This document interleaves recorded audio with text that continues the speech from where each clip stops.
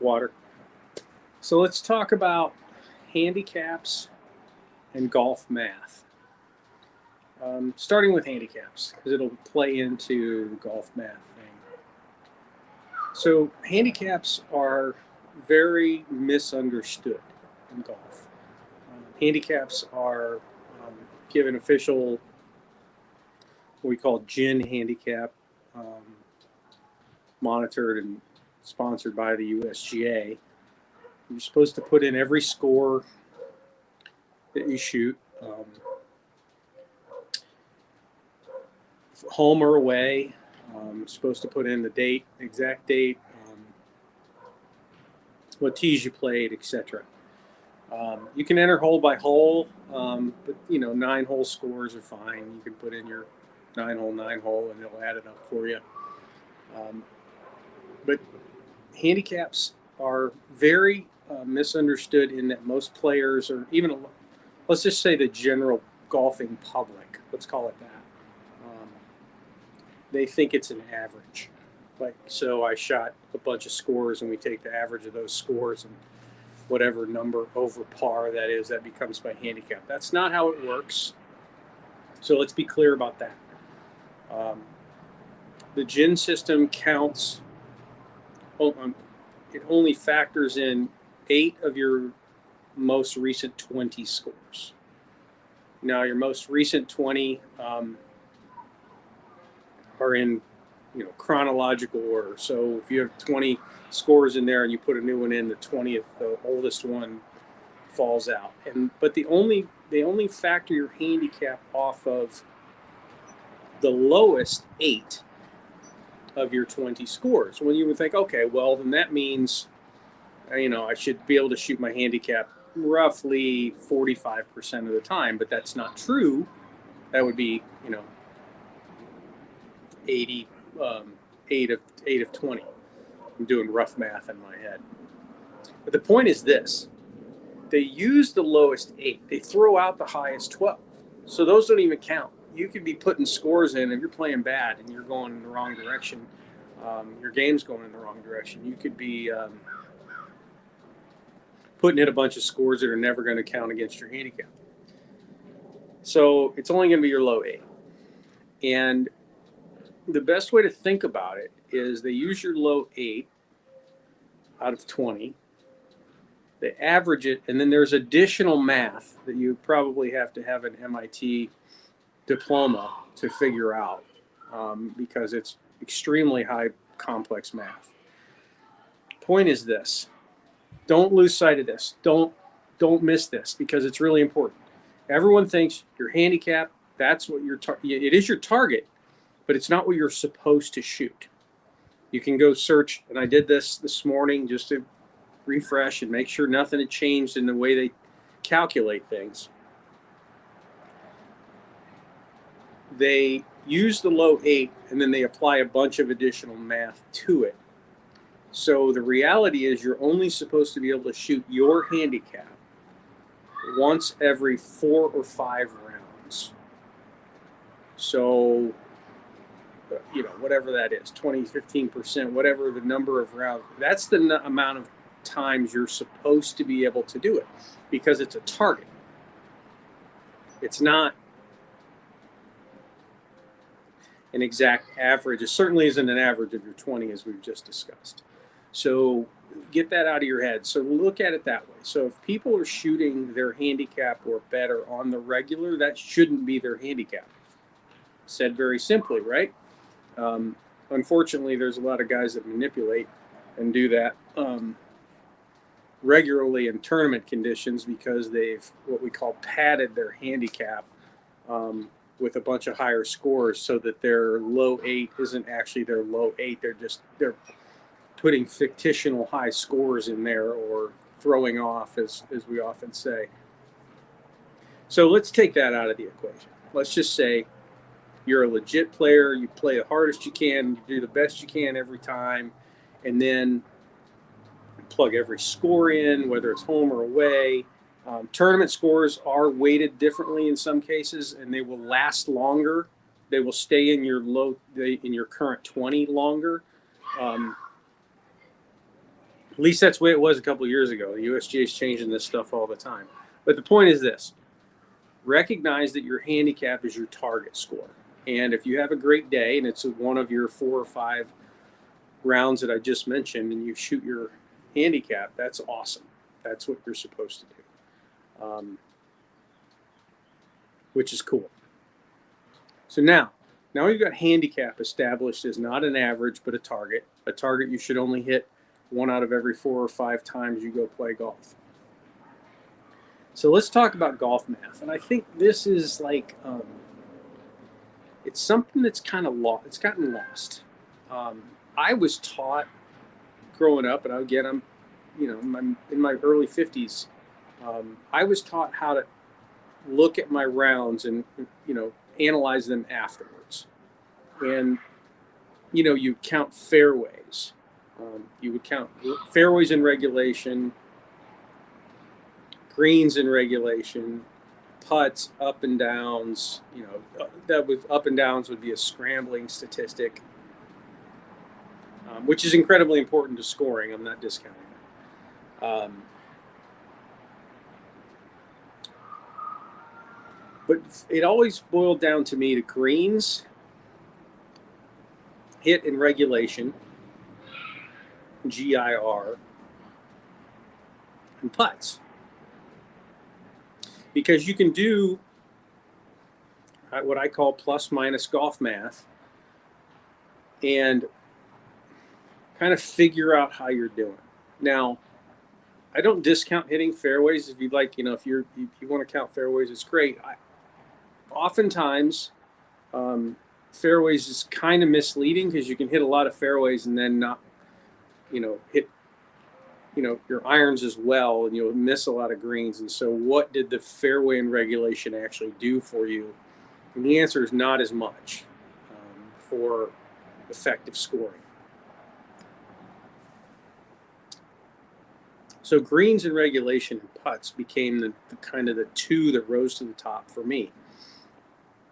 And the way I was taught to count it is, and then we've talked about this before, I've put it on several of my other videos, is 72 shots. Most golf courses are par 72. Let's just use that as an example. They're par 68. A guy just shot 57 on a par 68 golf course on the Corn Ferry Tour. But most golf courses are either par 70, 71, or 72. So let's use 72, tends to be the majority. Ideally, you're hitting the ball in the fairway in one shot on a par 4 on the green, putting two putts, that's a par. That's fairway in regulation, green in regulation, 2 putts is regulation, etc. So now you've made a par on a par 4. Par 5, drive, second shot, third shot on the green, 2 putts, 5. But the way I always look at my rounds is you do the math based on against regulation. So let's call it against regulation. So if regulation, and I'm back to greens and putts, greens and regulation, putts. So let's say you hit 12 greens. That would be a fantastic ball striking round. I don't care who you are. That'd be a great ball striking round. If you hit 12 greens in regulation, but there's 18 greens, so 18 minus 12 is 6. So you were 6 over par from a ball striking perspective. So that was your ball striking against par number. Well, then you have to look at, 36 putts would be regulation. Did you have 36 putts? If you did, then you're 6 over par. So in a par 72 golf course, you would have shot 78. So that would have been 6 over par ball striking, even par putting. Okay, you shot 6 over par. Or you could say you had a terrible ball striking round, and let's say you hit 6 greens. Well, 6 from 18 is 12. You're 12 over par, but you putted really well, or what you should be putting after you go through puttingissimple.com. Let's say you have 30 putts. You just subtracted 6. So you were 12 over par ball striking, but you were 6 under. So you shot the same score as the other scenario we just told you about. So you have two 78s that look completely different. One hit 6 greens, the other hit 12 greens. One had 36 putts, the other had 30 putts. They end up being the same thing on the scorecard. But here's the reality. I call it the low-hanging fruit. If you are currently averaging, let's call it 33 to 34 putts around, and you could improve that by 3 shots. So now you're 31, whatever-ish, somewhere in there, number of putts. How much harder would it be to improve your ball striking on a consistent averaged basis to hit 3 more greens to save or make up for those 3 shots? I would contest that because of the difficulty of course conditions, weather conditions, tee boxes that you play, moving around from course to course, familiarity, I would argue that it is infinitely harder to improve 3 shots from a ball striking perspective on average, to go from averaging 9 greens in regulation to averaging 12 greens in regulation. I would argue that that is immensely more difficult. I'm not arguing against hitting the ball better. I'm not arguing against working on your golf swing. I'm not arguing against you going to get lessons from your local professional.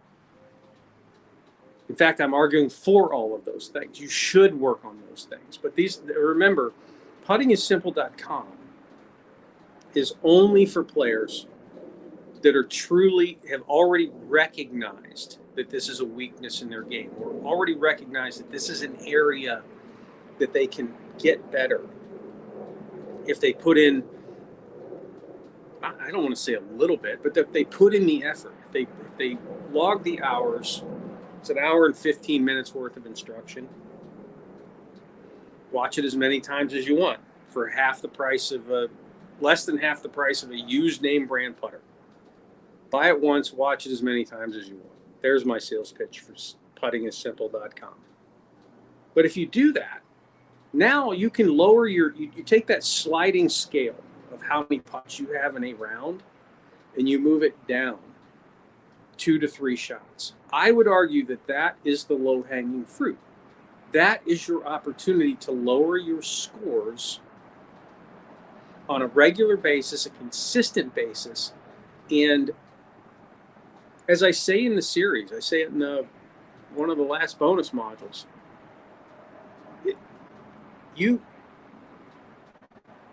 it's right there for you.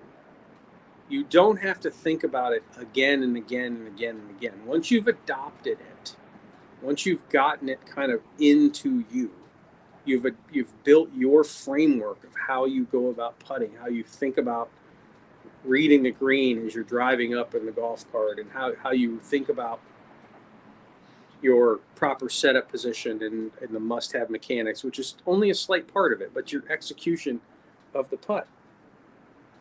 You get to take these stroke reductions and basically make them permanent. I mean, you're human. You'll have days that aren't perfect. You'll have days that you only like one shot. Can you say to yourself, you know what, puttingissimple.com only helped me 1 shot today. You might have other days where you say to yourself, I literally shot 5, maybe more, but I'll just use 5 as an example, 5 shots lower than I would have prior to understanding that information, or learning how to get my body in the proper position and execute properly, just using a couple of the modules. So golf math is really important. You should be looking at how many over par you are ball striking, how many under par. You should certainly never be over par putting. 37 putts, 38 putts. No, we're not doing that. Not if you've adopted the method. It's impossible.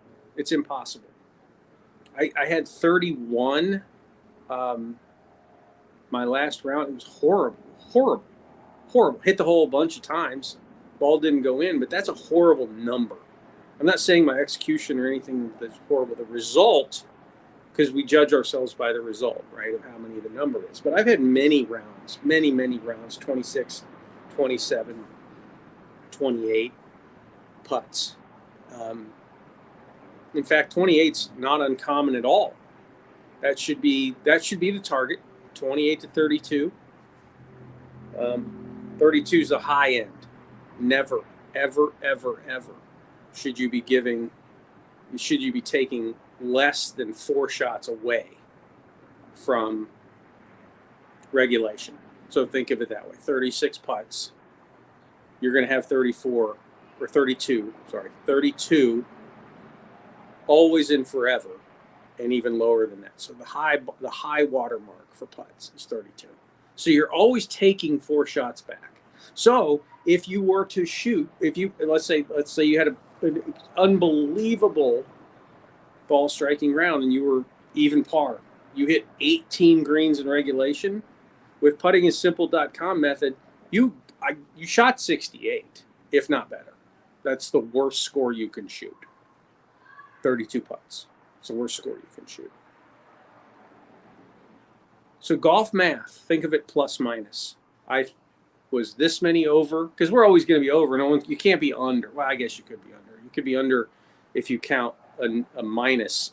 If you hit a par 5 and 2 or drive a par 4 in one shot, you could maybe subtract. I don't do that. If I hit a par 5 and 2, I just count it as a hit green. I don't count it as. I know friends of mine who count it differently. Because they feel like they've accomplished something ball striking wise. They count that as, in fact, a friend of mine counts that as 2 greens in regulation. I can't really do that because the math doesn't work out. Because if you get done with a round of golf and 3 putts, not 3 putts, chip ins or 2 putt birdies or chip ins, those actually skew the math by one or the other in a different direction. But by and large, if you don't chip in, if you don't 2-putt for birdie, if you count minus over par from a ball striking perspective and under par from a putting perspective, you will get to the number that you shot. 14 greens. I'm going to make it. This is a Tour Pro kind of number, right? Tour Pro. He's 4 over ball striking, but he's he had 30 putts, 6 under. So he shot 70. Almost every single time it works out that way. That's how you should think of it. Now, again, there's fluctuations and 3 putts, and you can decide on your own. This is another one, so I got to throw this in here. If you hit it onto what we call the apron or the fringe, whatever your terminology is, you're not on the green, but you're close enough that you're using a putter.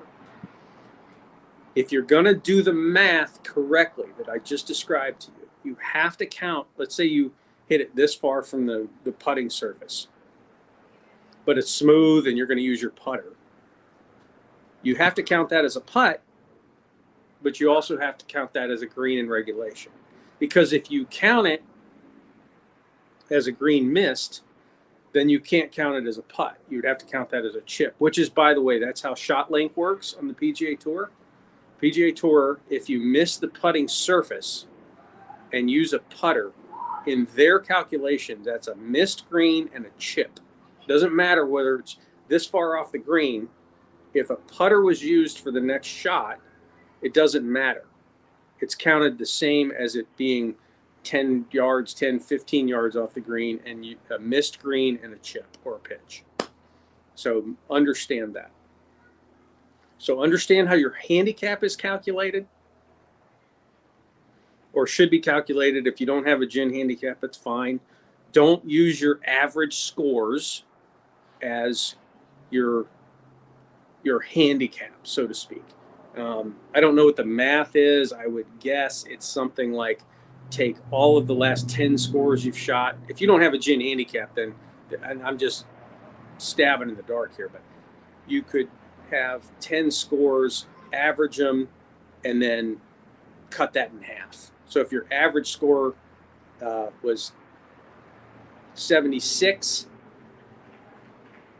you're probably looking at, that's 4 over par. You're probably looking at, that would be, by the way, you'd be a freaking fantastic player, but at 4 over par and cut it in half, you'd 2, something like that. You'd be like a 2 handicap, maybe a 1 handicap, something like that. Maybe even lower, because you're only supposed to be able to shoot your target score. Because in your average that ended up at 76, you'd have some above and below. Obviously, that's why we call it an average. So you would have something in the middle there. And so I think you would probably be somewhere around a 1, a 1.5 index. Oh, and just as a side note, indexes are, for those of you that are really interested in how this works, indexes are designed, your home course handicap is different than your index. Your index based against the slope of the golf course, which is a rating by the USGA, the officials that decide how difficult this golf course is a scale in like the 110 to 140 range or something like that. Your handicap index against that slope determines what your handicap on that golf course would be. So if you were, let's say, a 2.8 index, you could potentially be a 4 handicap on a very difficult golf course. A high slope golf course, it could even be a 5. It depends. It's all a math calculation again, but you plug it all in and you say, I'm playing a golf course, slope rating is X, my slope rating is this, my index is this, thus produces my course handicap of that. So that's more math than we wanted to get into. But understand, your handicap's a target 4 out of 5 times. Get used to golf math. Golf math will make you a better player because you'll start thinking about, well, let's get it on the green. And again, I'm going to go back to what I started with. Fairways in regulation sometimes is correlated to greens in regulation, but not always. It's not necessarily if you hit more fairways, you will hit more greens. It's not an if-then statement. It's if I hit the fairway, I might have a better chance of hitting the green, but we've all had days where it wasn't the same with the irons as it was with the driver, so I hit it in the fairway a bunch, but I didn't hit it on the green, and then the opposite can be true. You can hit it just off the fairway, and be in the rough, which is a missed fairway, and still be able to get the ball on the green. So your greens in regulation can still be good, even though you may have not had a high number of drives in the fairway or fairways in regulation. So keep those things in mind. And you want to really take the low-hanging fruit, where the scores are. The scores, as I've said before, what goes on the scorecard is a number in a box. If you want to lower those numbers, you have to focus on your putting.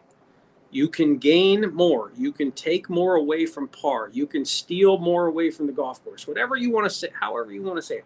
You can lower your golf scores much more effectively, efficiently, and quite frankly, simply. By simply getting a good, repeatable, rinse and repeat method in your hands that you know how you putt. Puttingissimple.com only has one module about mechanics. One. There's 8 of them. Why is that? Because I don't believe there's a lot of mechanics involved in putting well. There's a few. There's some must-haves. That's why I call it must-have mechanics. But the reality is there's a bunch of other things that go into being a good putter that get underappreciated, unrecognized. You can take 2 to 4 shots off. Guaranteed. 30 days, money back, no questions. Here's your money back. It's all up to you.